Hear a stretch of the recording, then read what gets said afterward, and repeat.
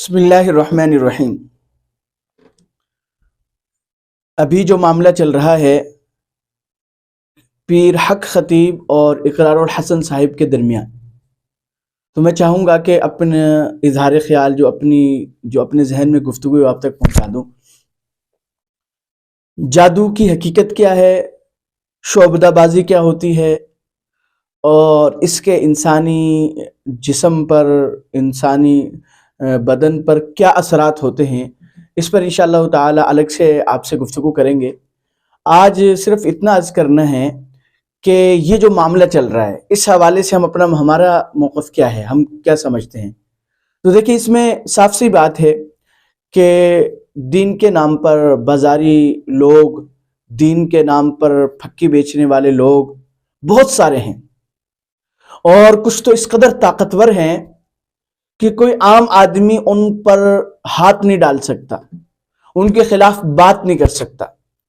اور پیر حق خطیب صاحب انہی میں سے ایک ہیں کہ ناصر مدنی صاحب بہت بڑے ماشاءاللہ خطیب ہیں، مبلغ ہیں، اسکالر ہیں۔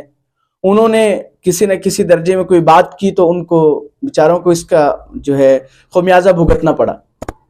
تو میں سمجھتا ہوں کہ یہ انہی میں سے ایک ہیں کہ بھئی ان پر ہاتھ ڈالنا یا ان کے بارے میں گفتگو کرنا یا کوئی ایسی بات کرنا جو ان کے خلاف ہو، وہ ایک اپنے آپ پر بہت بڑی ایک ذمہ داری لینا ہے۔ تو اس اعتبار سے میں سمجھتا ہوں کہ اقرار الحسن صاحب جو ہے مبارکباد کے یا شاباش کے مستحق ہیں کہ انہوں نے اتنی بڑی اس پر ہاتھ ڈالنے کی کوشش کی اور عوام کے سامنے سچ لانے کی کوشش کی۔ بہت بڑی ایک، میں سمجھتا ہوں کہ ان کی ایک محنت اسٹرگل ہے کہ انہوں نے اتنی محنت کر کے اور سارا اپنے سرچ کر کے اپنی صلاحیتیں لگا کر، اور یعنی ہو بہو جیسے پیر خطیب صاحب اپنی کرامتیں بتلاتے ہیں، ہو بہو ویسے کر کے دکھلا رہے ہیں۔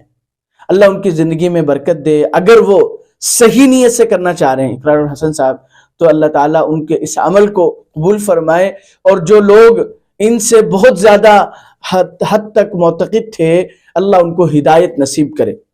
میں کہا کرتا ہوں کہ ہمیں جو ہے کسی بھی چیز کی حقیقت کو دیکھنا ہو، پرکھنا ہو، تو ہمیں دو کام ضرور کرنے چاہیے۔